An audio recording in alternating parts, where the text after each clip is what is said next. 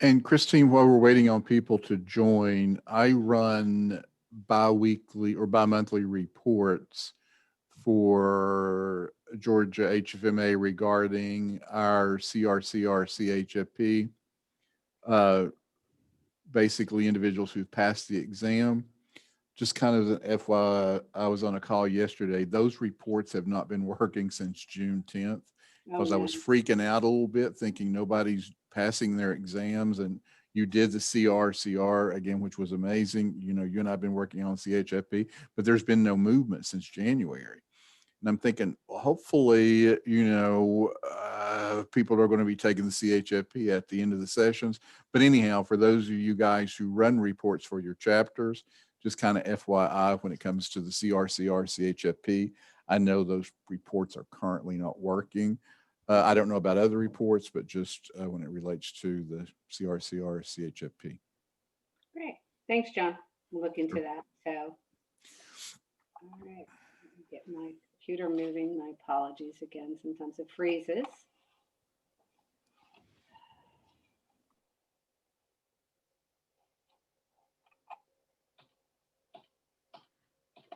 Okay, come on. I've frozen over here. Let's give everybody a few more minutes then. Work. I'm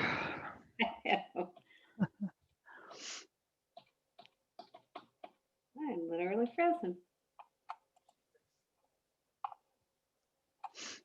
There we go.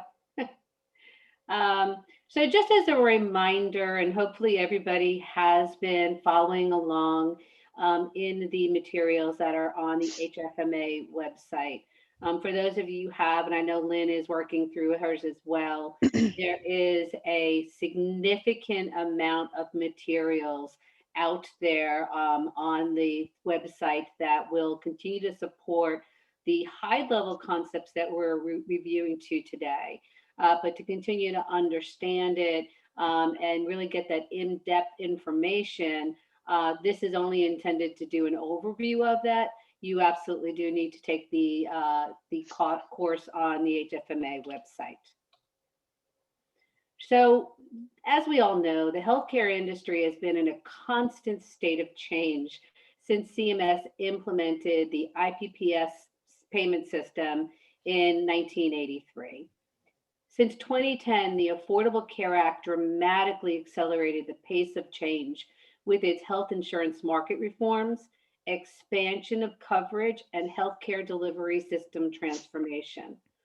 The next big wave of change, introduced by the passage of MACRA in 2015, involves how hundreds of thousands of physicians are evaluated and paid, furthering a trend towards payments based on value. So after today's course, and after you take the course on the website, the learning objectives are listed here.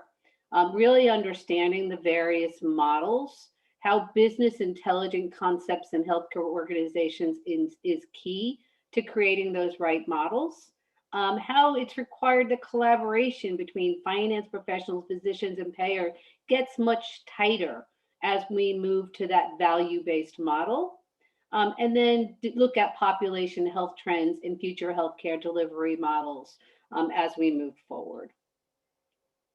So much has been made about the inefficiencies of the US healthcare system and how fee-for-service reimbursement has created an incentive to provide more services to patients, not necessarily value-based. Also, there is little financial incentive in the current fee-for-service system for providers to coordinate the care they provide with other healthcare providers by taking time to coordinate patient care information and verify that the services provided are working together to help the patient.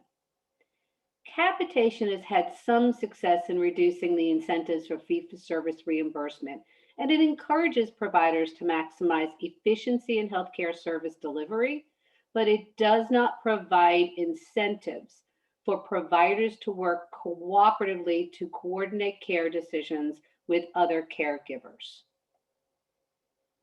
So, as discussed in previous courses, capitation has had some success in reducing the incentives for fee-for-service reimbursement and encouraging providers to maximize efficiency and healthcare service delivery.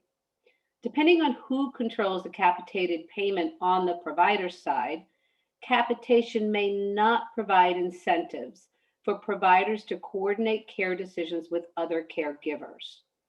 Instead, capitation can create an incentive to limit care to only those services needed to address a current illness or injury. Neither capitation nor fee-for-service care offers much incentives for providers to devote resources to preventive healthcare services to keep patients healthy, despite the fact that preventive care is the most cost efficient for the healthcare system overall. In addition, a potential risk to providers if they accept capitation is a potential loss from increase in service utilization.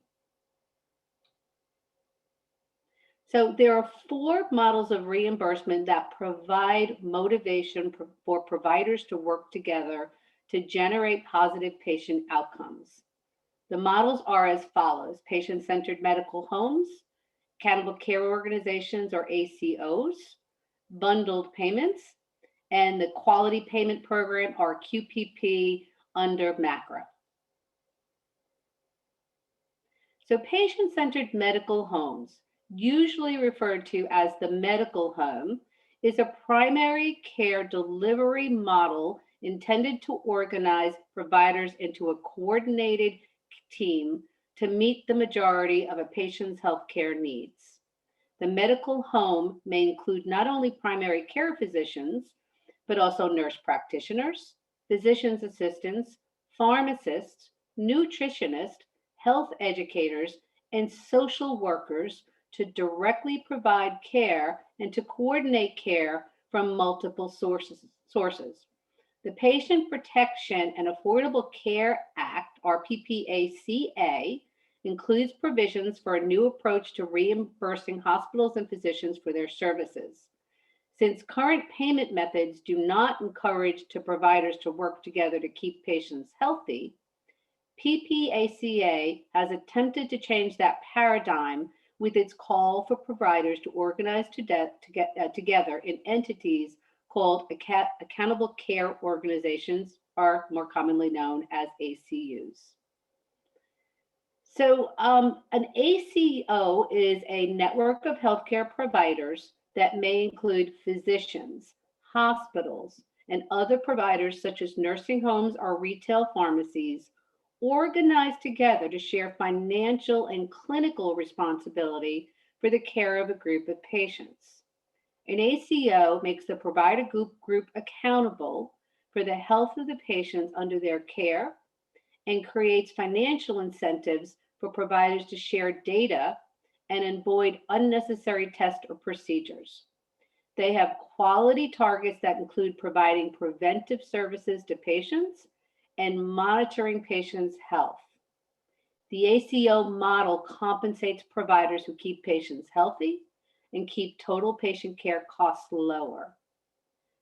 Under the ACO model, the total cost incurred for patients covered by the ACO are tallied at the end of a year, and incentives can be paid to providers for keeping the overall cost of care to a patient population below targeted levels. But there are challenges and risks with ACOs. It rises from the fact that unlike a capitation arrangement or an HMO, the patient is free to seek care from providers not in the ACO. It can be difficult for an ACO to manage costs incurred from providers outside of the ACO while being held accountable for the cost and quality outcomes of care rendered by non-ACO providers. Penalties may have to be paid if cost and quality performance do not meet established targets. Investment in resources to coordinate care and proactively manage the cost of care. Example of such investments include hiring additional staff as the nurse care managers and data analysts, purchasing electronic medical record technology so everybody can share information very easily. And then if it does not generate income above the cost of such investments, the ACO could realize financial losses in addition to losses from the cost of care or penalties for missing quality benchmarks. So, concept slide here. ABC Medical Center is interested in forming an accountable care organization with the Medicare program. Which of the following would be a priority for ABC Medical Center in forming a Medicare ACO?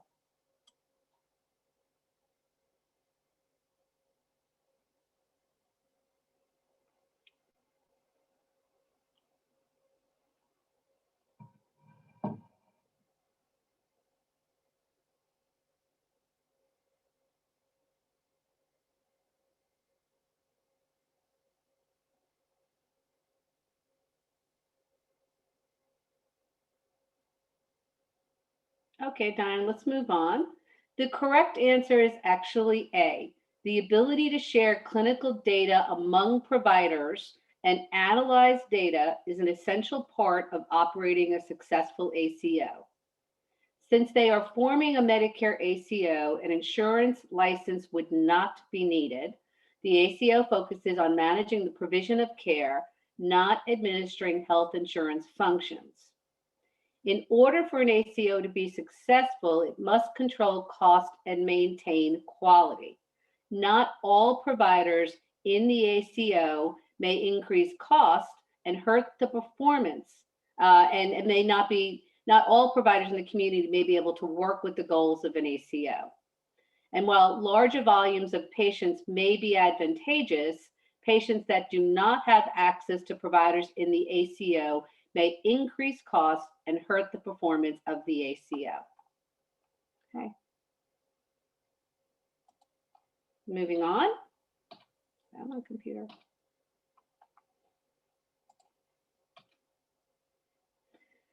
So bundled payments. Because a bundled payment is essentially a fee-for-service mechanism, there is an incentive for providers working together to limit the services provided to a patient to only those related to the bundled payment. This can also mediate some of the inherent conflict between a hospital that is paid a DRG or case rate and physicians who may have the incentive to order additional services that could financially penalize the hospital. The bundle payment can give hospitals and physicians that are otherwise working in a collaborative manner some greater autonomy over how they organize the financing of healthcare in their local community. It can be an incentive for providers in the community to work together more closely than they have in the past, since multiple providers are involved with the care of a patient and are sharing the risk of expenses for treating a patient. To date, CMS has launched 3 bundle payment programs so far. Bundled payments for care improvement, care for joint replacement, and oncology care model. So another key concept slide right after the other one. What areas should a provider be attentive to in accepting bundled payment? Maximizing the charges during a patient encounter to be sure they do not lose revenue to physicians. Working with the payer to track denial of past payments. Incentivizing physicians to increase the use of ancillary services, or identifying an equitable allocation of bundled payments among providers under the contract.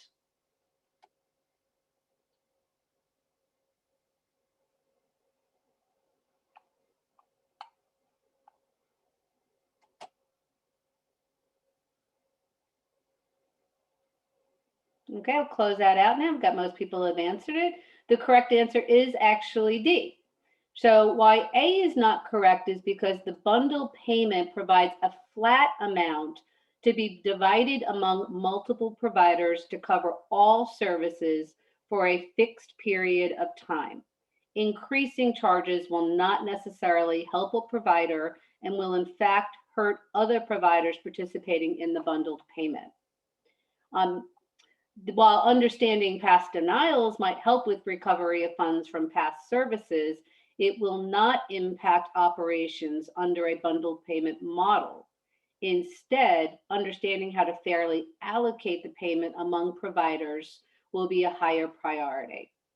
And then, since a bundled payment is fixed, regardless of the volume of ancillary services provided, increased ancillary use would be detrimental to the financial well-being of providers sharing a bundled payment.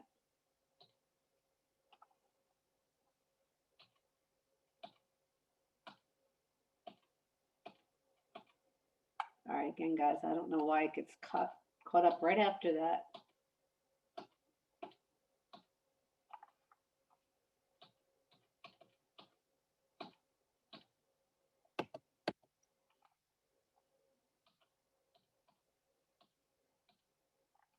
I am dead in the water right now.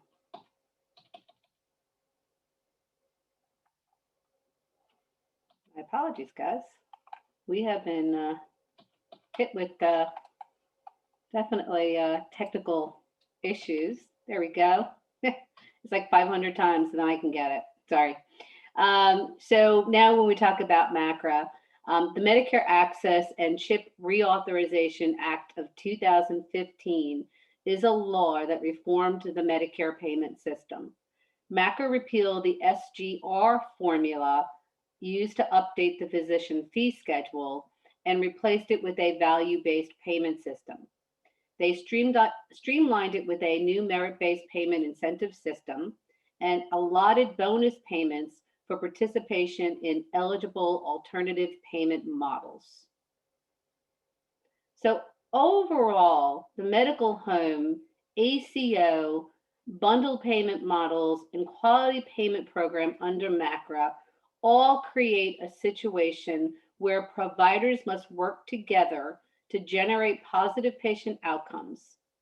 Also, such payment mechanisms reduce the incentive for providers to increase the volume of services and instead also take into account the quality of services and the overall value delivered for the price paid.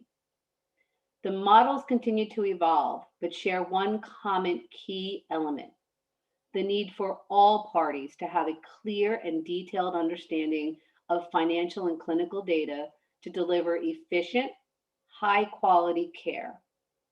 So now we're going to we'll move into examining the concept of analyzing and understanding this data. So which of the following, another key concept slide, polling slide, which of the following describes the organization of a primary care provider into a coordinated team to meet a patient's healthcare needs?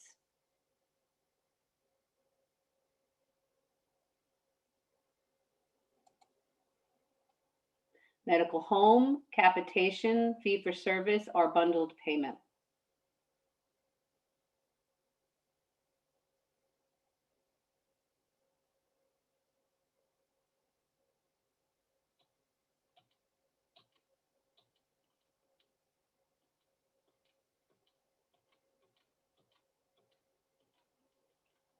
Okay, Diane, let's close that up.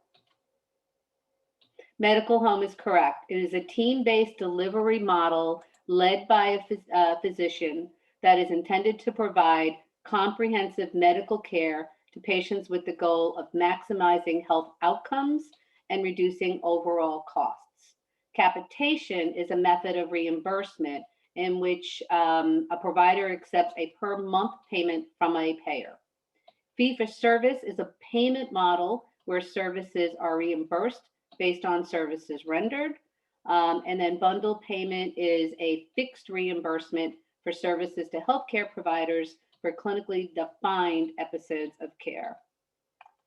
And note to self, don't do any key concept slides anymore. Let's see, I got everybody, okay.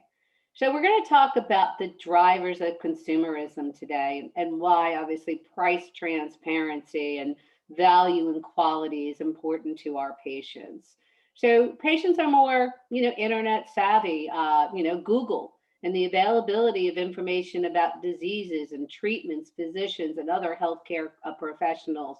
Insurance companies putting quality scores out there and reviews. So the expectations of consumers for convenience and levels of service, moving to a Amazon type of treatment, from registration moving forward. And then obviously the increased patient cost sharing that is coming about due to the high deductible health plans that they are not going to go away for sure. So on the surface, the transition to outcomes-based payment model is about aligning incentives between health plans and providers and reconfiguring the healthcare delivery system. However, a closer examination reveals that for health plans and providers to succeed under outcomes-based payment, both must understand and engage patients in the 3 ways listed on the slide. Consumers have more healthcare choices than ever before, but consumerism will not gain traction until healthcare organizations make a point of generally listening to their consumers. Health plan strategies include attractive provider network design that appeals to consumers at prices they are willing to pay, transparency tools that encourage the use of high value providers, and population health incentives that reward individuals for managing their health. Provider strategies includes insight into how consumers want to access care and make it easy for them to choose the health system every time. And then price transparency tools, much more than the mandate is currently demanding today, including what their true out of pocket will be, and then tying that to value and quality as well. So to be effective, price transparency must offer clear information that is readily accessible to patients and enables them to make meaningful comparisons among providers. Price transparency should empower patients and other care purchasers to make meaningful price comparisons prior to receiving care. Price transparency information should also be paired with other information such as quality, patient satisfaction, and safety that defines the value of services for the care purchaser. And then price information should ultimately provide patients with the information they need to understand the total price of their care and what is included in the price. So which option is a driver of consumerism? Availability of information about diseases, treatments, physicians, and other healthcare professionals at the time of service. Expectations of consumers, convenience. I won't read them all out to you guys. You're reading them yourself, so.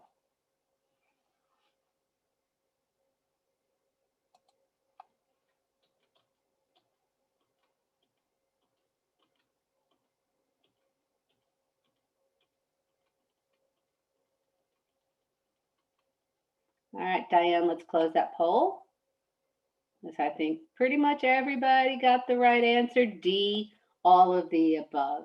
I think we've all been living price transparency over the last year or so. It is interesting to find that we did just focus on the cost of care, which was at least a good start and a good, process to move forward.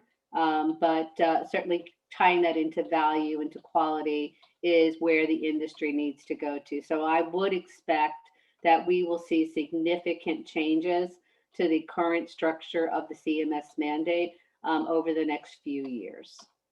Okay, just trying to move this along here, guys. There we go. The new business models described in this course call for organizations to have a solid understanding of cost and the utilization of healthcare resources. Since the new payment methods include penalties for adverse patient care events, such as unplanned readmissions or wasteful use of diagnostic testing, Organizations cannot manage to these new performance measures unless they have an understanding of their frequency and underlying causes. So, business intelligence, or BI, is a process by which data available in the organization is analyzed and converted into information usable by decision makers. Business analytics, or BA, are the software tools used to capture, store, and sort data.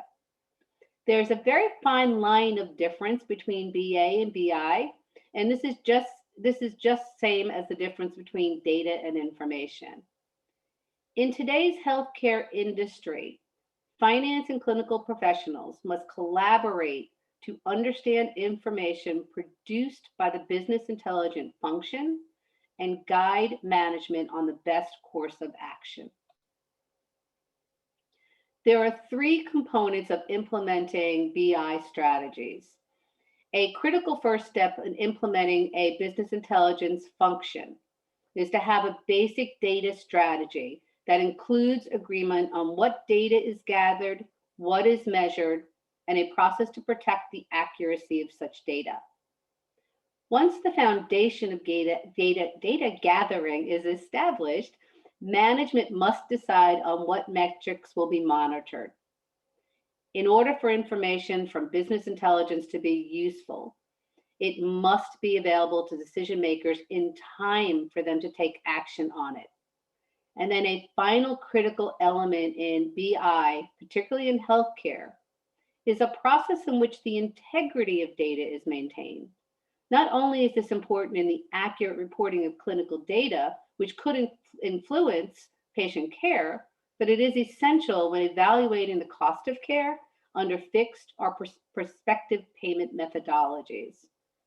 As healthcare information systems become much more sophisticated, the amount of data available is increasing rapidly.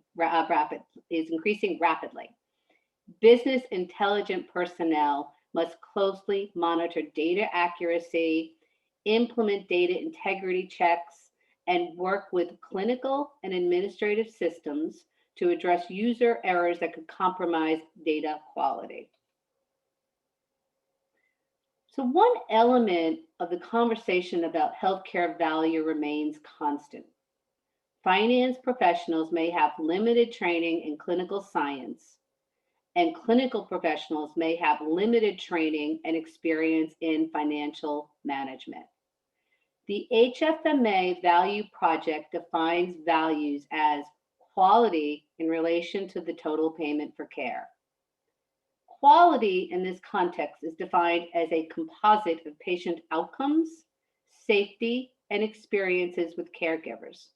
On the other hand, cost is the definition of value is the amount paid by all purchasers of healthcare, including the insurer and patients. In this sense, the partnership between clinicians and finance is essential. Since clinical professionals have greater insight on the quality elements of value, while finance certainly has understanding of payments and access to analytical tools and data. Essential elements of this cooperative relationship between clinical and financial staff include a common set of objectives, agreement on communication strategies, and a sense of trust and transparency between the two disciplines. Since the strategic plan for a healthcare business usually has input from multiple stakeholders, including finance and clinical staff, there is at least a basic underlying understanding of organization goals between finance and clinical staff. The greater difficulty in adopting that common sense of objectives is in the perception of finance and clinical staff. The linkage between strategic objectives and their achievement may look different from the finance or clinical perspectives. Clinicians may view organizational success very differently than finance and not consider the financial implications of clinical decisions. And finance may adopt a very focused view on cost and revenue and not consider the impact of such decisions on clinical outcomes. Applying some financial context to such a decision would assist clinicians in further defining patient care needs while addressing the limitations on resources needed available to the business. So, key concept time. Sorry. What changes would a provider need to embrace to start focusing on value-based payments?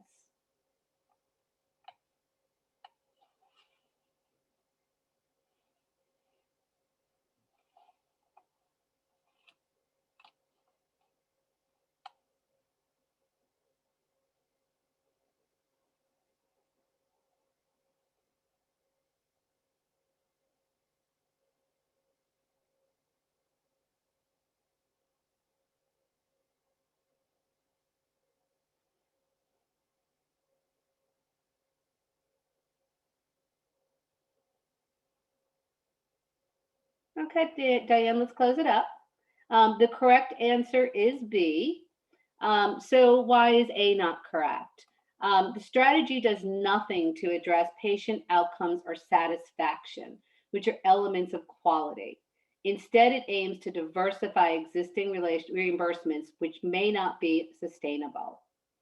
And while increased emphasis on lowering labor costs can make healthcare services more affordable, doing so without attention to quality outcomes will threaten a provider's ability to demonstrate value for services. And then for D, this strategy focuses only on half of the definition in healthcare. However, the provider must also demonstrate it can provide high quality patient outcomes at lower cost.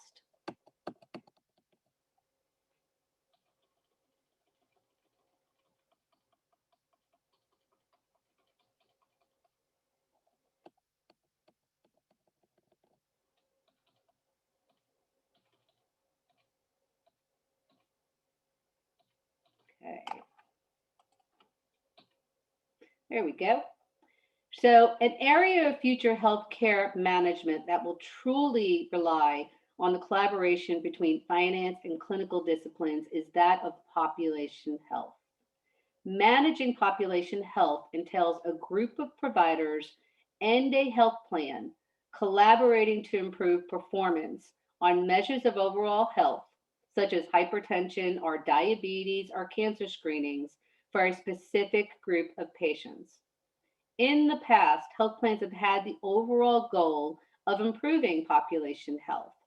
However, those goals, which include reducing payments for diagnostic and treatment services that make up the income for physicians and hospitals, are in conflict. A population health initiative can help better align the interest of physicians, hospitals, and health plans. Most of the challenges in population health management arise from the management of chronic conditions and in the coordination of care between different providers taking care of the same patient. This can result in a fairly complicated relationship among physicians, hospitals, and health plans. Population health management requires more than just collaboration between finance and clinical professionals in the analysis of data. Their cooperation should also extend into decisions on how and what data gets reported to frontline caregivers and to executives, but also in determining the makeup of a network of care providers, therapists, pharmacies, clinic, and specialty providers needed to meet the healthcare needs of an assigned population. So shown are examples of pop health issues from both payer and provider perspectives. Population health management always requires, again, the collaboration of finance and healthcare professionals. In addition, there must be an investment in data management systems and communication tools to allow all involved caregivers access to the latest information on a patient. Really must be a strategy to monitor resource use of high-risk members, to identify adverse trends, and to intervene with corrective action before patients need an expensive hospitalization. So the healthcare industry is undergoing a rapid change in its basic business model, moving from a volume-based emphasis to one of demonstrated value. The past skills for success for a healthcare manager that included identifying ways to increase volumes of services and prices for such services are now of lesser value. Instead, success skills in today's healthcare industry now include skills in working cooperatively with multiple disciplines in the field and in understanding that business success is less related to cost cutting and more to optimizing costs that are incurred. It's less about numbers alone and more about the context in which those numbers are viewed.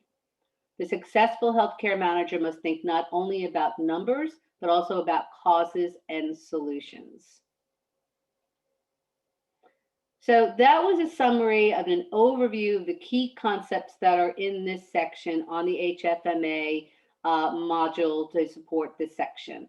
So hopefully you'll be able to really undefine and identify and distinguish between the new models to reimburse healthcare providers, identify the use of BI concepts, the need for collaboration, and defining where population health is trending in future healthcare delivery models. And that is the end of our session today. So I'll stop, open it up for questions.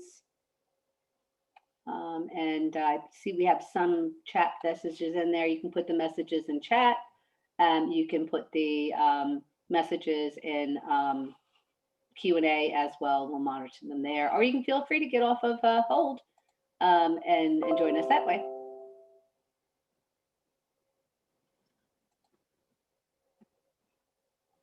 Christine, this is Yeah. Brad Arnold. Could we go back and look at a couple of those questions that were posed? In particular, there were two. The first couple, the majority of us answered incorrectly.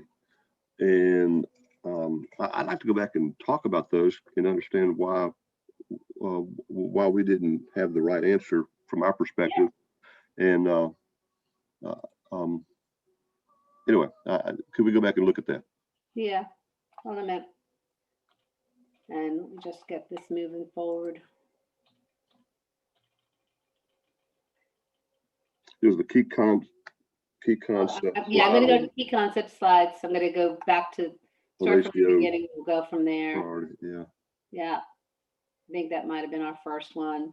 And Diane, don't put on the polling questions, obviously, at this point, please, since that seems to be holding me up. Okay. So yeah, that was the first one. And yeah. I think 80% of us or so, we selected C as the correct answer. And I think the textbook answer was A. Correct. And I don't get that. Yeah. So as you go through the full thing, and I tried to make sure I got that concept in there, Brad, in the speaking of creating an ACO, but the ability to share clinical data among providers and analyze data is an essential part of operating a successful ACO. So really the ability to share the data, understanding where patients are, analyzing, again, trends, analyzing costs, analyzing, outcomes of care is an important thing that ACO has to have available to them to be successful, to, again, making sure that they are controlling costs. I don't think anybody answered B, which is obtain an insurance license. Since they are not administering healthcare insurance functions, then they don't need an insurance license. So, and the reason why HFMA said that C was not the correct answer is that in order for an ACO to be successful, it must control costs and maintain quality. And not all providers in the community may be able to work within the goals of an ACO. So contracting with everybody may actually be a detriment to the ACO if that provider cannot work within those confines. Okay. And then, and while D is not correct, is while larger volumes of patients may advantageous, patients that do not have access to providers in the ACO may actually increase costs and hurt the performance of the ACO. One of the things we talked about is the ACO. One of the risks of the ACO is that, not like an HMO, they are not required to have services within the ACO, but the ACO is liable for the costs. Right. So they're, and that's the current structure today. So that may be also a detriment to controlling costs for an ACO. So discussion from everybody. Did that help at all, Brad? I actually got this one wrong on the online course, and I was like, what? But, and this is something that's going to be key on the test itself, is to really look deeply into what that question is, how it's worded, because on a first glance, you'll be, okay, it's going to be C, but you have to really look at the wording of the question and all of the answers in full. Yeah, I was kind of befuddled by that one, because I'm like, no. Yeah, But, yeah. I got it wrong too. So when I took through it, so I'm not going to lie. So I thought also it was C, but then I went back and reviewed the materials, and that's why I did try. Maybe I did not emphasize it enough as I was talking about what ACOs need to do. I believe I did mention about information systems and sharing data. So it's actually the priority. So there's a reason they give you 90 minutes for only 75 multiple choice questions. Sure. Yeah. Now, if as you go through the materials and anybody feels strongly that either one, the HFMA, further the detailed materials does not really make sense, and we want to go back and challenge it, we'll be happy to work with HFMA National to question the answers, and then bring this to their point that I don't know, Brad, if you've taken or if anybody else has taken the online course prior to this, but please feel, when you go do that and you get to this section, really pay attention to the materials. And if you don't think that the materials on the HFMA website were clear enough for you to answer that question appropriately, then please let us know, and we're happy to, relay that back to National. Well, I think part of it too is just the challenge that HFMA has to keep all their material relevant from to today's marketplace, today's issues. And probably when this question was written, it was probably a bigger challenge to have information systems for all providers that were a part of the ACO to share. That's not so much a challenge anymore. System sharing, we kind of crossed that bridge. And the reality of what I'm hearing and seeing with ACOs and talking to CFOs and revenue cycle people is, now, they don't want all the providers in play, like you said, because there's some bad eggs you just don't want part of your ACO, and they're not team players. But you need to have as many providers as possible, because if you don't have a broad network, then patients aren't going to sign up for it, because they can't see the doc they want to see. And it really seems to me more recently, all the action on the part of hospitals acquiring physician practices, and you just look at the action the hospitals take, it seems to point the focus is on getting, and I won't say all available, but all selected, get as many good providers as you can, is a more critical component of the success of an ACO than the information systems questions today. So that was my logic behind those answers. I agree with Brad, coming from a contracting perspective. Having contracting in my background, your first priority would be to build your network. Yeah, exactly. And that's why I chose C. Yeah, I don't disagree with that, right? So we're working from materials that, as Brad pointed out correctly, needs to be updated. I personally was surprised when, some of these things that we're talking about that really are not really the most current. And National is working on that. It's a very large, um, movement, right? A lot of the responsibility of this is the Board of Examiners, which I sat on for 3 years, to create new materials and assist with new materials, etc. So there is and certainly I don't know if the last year has been a hindrance to that, because I'm sure they're not meeting in person twice a year, which is what we had been doing. So it could be they're just a little bit behind. John, I know that Shirley has said we expect to have new materials released shortly. Correct. I want to align with what that means to people that are taking these course now and what the test might look like if they wait a month. Well, and two, I know also in corresponding with Shirley last week, they're still having problems where when you take module 1, they're having to manually grade it, which is taking 2 to 3 days Oh, before wow. you can take module 2. So again, and I think Christine and I both agreed on this, when you finish up module 1, it's best to go right on in and take module 2. That's how I did it, and that's how I learned, and it was a lot easier. So I know with the revamp of the CHFP and really some of the slides that we looked at when we first started these sessions, some of those have already changed. So we're trying to get, what is going to be consistent, because come next year, probably Christine and I want to do this again. If nothing else, we'll definitely do it for Florida and Georgia. Mhm. So it's just one of those things, hey, let's have a standardized information deck that we can be used. Let's bring our questions up to date. Let's make sure that we're as current as we can be. And then at the same time, we're providing, information that can actually be utilized. I know I also work with the Georgia CPAR committee, and I'm in the process of revamping that manual now. And we revamp that every year, where we update the Medicare deductibles, what's going on, be it telehealth, be it COVID coding, stuff like that. So again, I just think that sometimes with National, with everything that's going on, this is a huge undertaking for them. And I think when they started to update everything back in January, they kind of had the impression that it's going to be one switch and done. That's not happening. So. Yeah. And the other thing, I would just want to kind of piggyback on what Lynn said, is that nuancing of the wording is very important. And I'm not a person, and I do it with my day job, and I've done it with HFMA.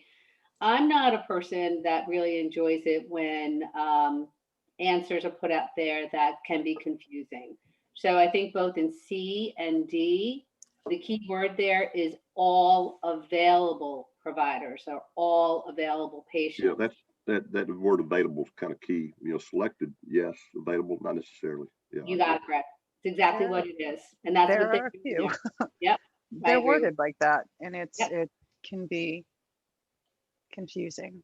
Yeah. So let's go to here. Is this another one we wanted to talk about? Yes, ma'am. Yep. Yeah, that one was like, really? Yeah. Okay.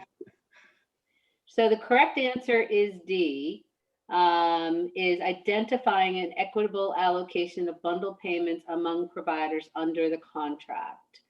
So why A is not correct is that the bundle payment provides a flat amount to be divided among multiple providers to cover all services to a patient for a fixed period of time. So increasing charges will not necessarily help a provider and will in fact hurt other providers participating in the bundled payment. That's their rationale for why A is not correct. I do agree that D is also not correct, is that while understanding past denials might help with the recovery of funds from past services, it will not impact operations under a bundled payment model. And then instead, understanding how to fairly allocate the payment among providers will be a higher priority. Yeah. You know what, Christine, on that question, I misunderstood when you wrote when you read the correct answer. I thought you said B as in Bravo, and I'm thinking that, wait a minute, B as in Bravo, how can that be the right answer? Because I selected D as in Delta, did is find, D. the right disbursement. But so I did choose D, Delta Cool. D. Yeah, it is D. Yeah. Okay. Anybody else have any other questions on this one before we move on? I apologize, I didn't enunciate closely enough there, Brad. I'd say it's computers and the little speakers we've got, right? Yeah, absolutely. I think everybody got this one correct. So I don't think there are any questions on the definitions of medical home capitation. Definitely understand those, guys, because those will be pretty key. It's been a long time since I've taken it, but they spent a lot of time talking about the differentiators between the various reimbursement models. So making sure we understand those as concepts. Everybody got this one right. So I think, again, we've been living consumerism and price transparency for most of us for the last year or so. And so what's driving consumerism? We know it. It's the Amazon way of doing things that people are pushing for. And any questions on this one as all, or any, clarifications that we want to do? I think this one makes sense, right? How to start focusing on value-based payments, increased focus on outcomes and patient satisfaction. Yeah. Cool. I think that might have been it. Yep. Thank you. Yeah. Cool. All right. Any other questions in the chat or in the Q&A? Quick question. Are both models multiple choice exams? Have I seen multiple choices? No, is the exam multiple choice? It is for both modules, yes. Yeah, sorry. Okay. Yeah. Any other questions? Cool. All right. Well, next week we'll be doing a kind of a review of all of the material that we went through so far, more examples of questions and things that you might see on the slide. I do highly recommend, if you haven't caught up in taking all the modules, please try to do that before next week. We're hoping that final wrap up will really allow you to turn around and take the test pretty quickly, maybe with some additional self-study. John and I both offered last week to continue on with additional smaller study sessions.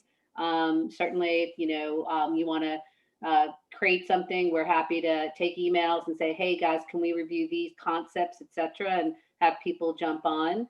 So we'll talk a little bit more about that next week, but we are not going to say adios as of next week.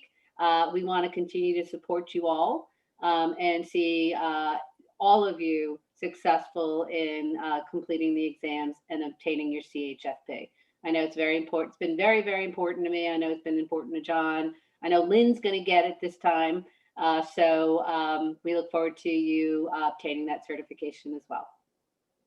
Real quick, if anyone has a particular course that they were needing more reinforcement in, we're going to be preparing the slide deck for next week for that review. If there's certain material that you want us to focus on more, you can shoot me an email and we will try to include, a little bit more in-depth review on that and focus sample questions on those subjects. Great. Well, if not, we'll give you back not much more time in your day. You get 4 minutes. There you go. Use it wisely. And we will talk to you all next week. Thanks, everyone. Thank you so much. Appreciate it. Bye-bye. Take care, guys. Bye. Bye-bye. Thank you.